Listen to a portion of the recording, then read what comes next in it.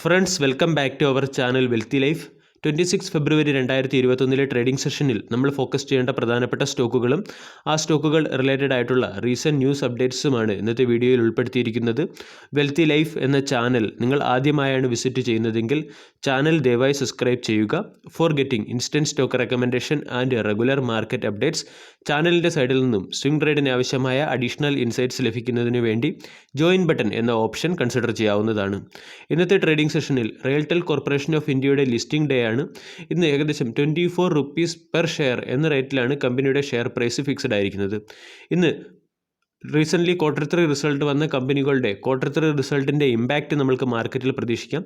KSBയുടെ Q3 result പരിശോധിക്കുകയാണെങ്കിൽ കമ്പനിയുടെ പ്രോഫിറ്റിൽ year on ഇയറിൽ മാർജിനൽ ഡിക്ലൈൻ ആണ് ഉണ്ടായിരിക്കുന്നത്. അതായത് കമ്പനിയുടെ പ്രോഫിറ്റ് 32.6 കോടിയിൽ നിന്നും 32 കോടിയായി മാറിയിട്ടുണ്ട്. റവന്യൂ നോക്കുകയാണെങ്കിൽ 337 കോടിയിൽ നിന്നും 369 കോടിയായി ഉയർന്നിട്ടുണ്ട്. ഈ കമ്പനി 8 രൂപ 50 പൈസ പെർ ഷെയർ എന്ന റേറ്റിൽ ഡിവിഡൻറ്റും പ്രഖ്യാപിച്ചിട്ടുണ്ട്.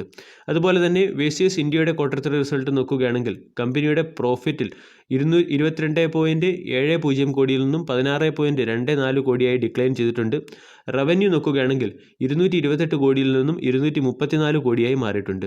റെയിൻ ഇൻഡസ്ട്രീസിൻ്റെ Q3 റിസൾട്ടിലേക്ക് വരാം. കമ്പനിയുടെ പ്രോഫിറ്റ് 121 കോടിയിൽ നിന്നും 321 കോടിയായി ഉയർന്നിട്ടുണ്ട്. പക്ഷേ റവന്യൂവിൽ ഒരു ഡിക്ലൈനാണ് നമ്മൾക്ക് കാണാൻ സാധിക്കുന്നത്. അതായത് 2830 കോടിയിൽ നിന്നും റവന്യൂ 2640 കോടിയായി ഡിക്ലൈൻ ചെയ്തിട്ടുണ്ട്. മറ്റ് ചില ന്യൂസുകൾ നോക്കുകയാണെങ്കിൽ ഹഡ്സൺ ആഗ്രോ പ്രൊഡക്റ്റ് മഹാരാഷ്ട്രയിലെ സോലാപൂരിൽ അവരുടെ കൊമേഴ്ഷ്യൽ പ്രൊഡക്ഷൻ ആരംഭിച്ചു.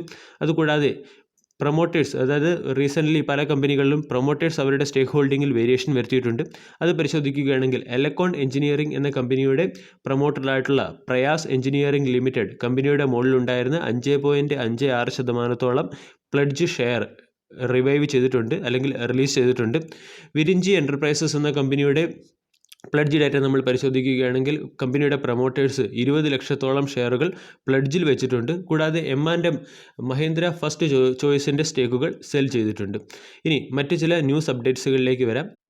നാഷണൽ റേറ്റിംഗ് ഏജൻസിയായ ICRAയുടെ കണക്കുകൾ പ്രകാരം ഇന്ത്യയുടെ Q3 ഗ്രോത്ത് 0.7% ആണ്. അതായത് 0.7%ഓളം വരുന്ന മാർജിനൽ ഗ്രോത്ത് ഇന്ത്യ പാൻഡമിക് റിസഷനിൽ നിന്നും കംപ്ലീറ്റ് ആയിട്ട് എക്സിറ്റ് ആയതും അതുപോലെ തന്നെ എക്കണോമിയുടെ പോസിറ്റീവ് റിക്കവറിയെയുമാണ് ഇൻഡിക്കേറ്റ് ചെയ്യുന്നത്.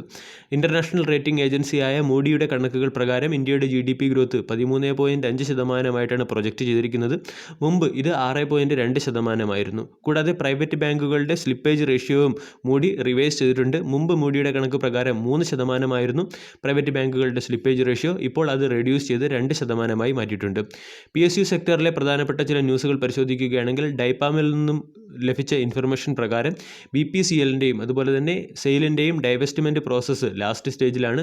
കൂടാതെ IOCL, HPCL തുടങ്ങിയ കമ്പനികൾ അവരുടെ പൈപ്പ് ലൈൻസ് 2022 മോണിറ്റൈസ് ചെയ്യും എന്നുള്ളൊരു ന്യൂസ് വന്നിട്ടുണ്ട്. ഫിലിം ഇൻഡസ്ട്രീസ് റിലേറ്റഡ് ആയിട്ടുള്ള ന്യൂസ് പരിശോധിക്കുകയാണെങ്കിൽ OTT പ്ലാറ്റ്ഫോമിനെ റെഗുലേറ്റ് ചെയ്യുന്നതിന് വേണ്ടി ഗവൺമെൻറ് ഉടൻ തന്നെ ചില ഗൈഡ് ലൈൻസ് ഇഷ്യൂ ചെയ്യും എന്നുള്ള ന്യൂസ് ലഭിച്ചിട്ടുണ്ട്. കൂടാതെ ഓട്ടോമൊബൈൽ സെക്ടർ റിലേറ്റഡ് ആയിട്ടുള്ള ന്യൂസ് പരിശോധിക്കുകയാണെങ്കിൽ 1 ഏപ്രിൽ 2021 ഗവൺമെൻറ് വാഹനങ്ങളുടെ ഫ്രണ്ടിൽ എയർ ബാഗ് കമ്പൽസറി ആക്കാനുള്ള ഒരു സാധ്യതയും കാണുന്നുണ്ട്. മറ്റ് ചില ന്യൂസ് അപ്ഡേറ്റ്സുകളിലേക്ക് കിടക്കുകയാണെങ്കിൽ നമ്മൾക്കെല്ലാവർക്കും അറിയാം IIFLൻ്റെ ഫണ്ട് റേസിംഗ് ആൾറെഡി അവരുടെ കമ്പനിയുടെ ബോർഡ് ഓഫ് ഡയറക്ടേഴ്സ് അപ്രൂവ് ആയിട്ടുണ്ട്.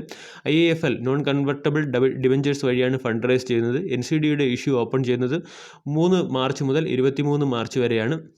അതുകൂടാതെ സ്റ്റോക്ക് മാർക്കറ്റിൽ മറ്റൊരു കമ്പനിയായ ടെക്സ്മാക്കോ ഇൻഫ്രാസ്ട്രക്ചർ എന്ന കമ്പനിയുടെ ബോർഡ് മീറ്റിംഗ് സെറ്റ് ചെയ്തിരിക്കുന്നത് 2 മാർച്ച് 2021 അതായത് കമ്പനി മാർക്കറ്റിൽ നിന്നും ഡീലിസ്റ്റ് ആകുന്നതുമായിട്ടുള്ള തീരുമാനങ്ങൾ എടുക്കുന്നതിന് വേണ്ടിയാണ് കമ്പനിയുടെ ബോർഡ് മീറ്റിംഗ് 2 മാർച്ച് 2021 ഫിക്സ് ചെയ്തിരിക്കുന്നത്. വീഡിയോ എല്ലാവർക്കും ഇഷ്ടമായി എന്ന് വിശ്വസിക്കുന്നു. താങ്ക്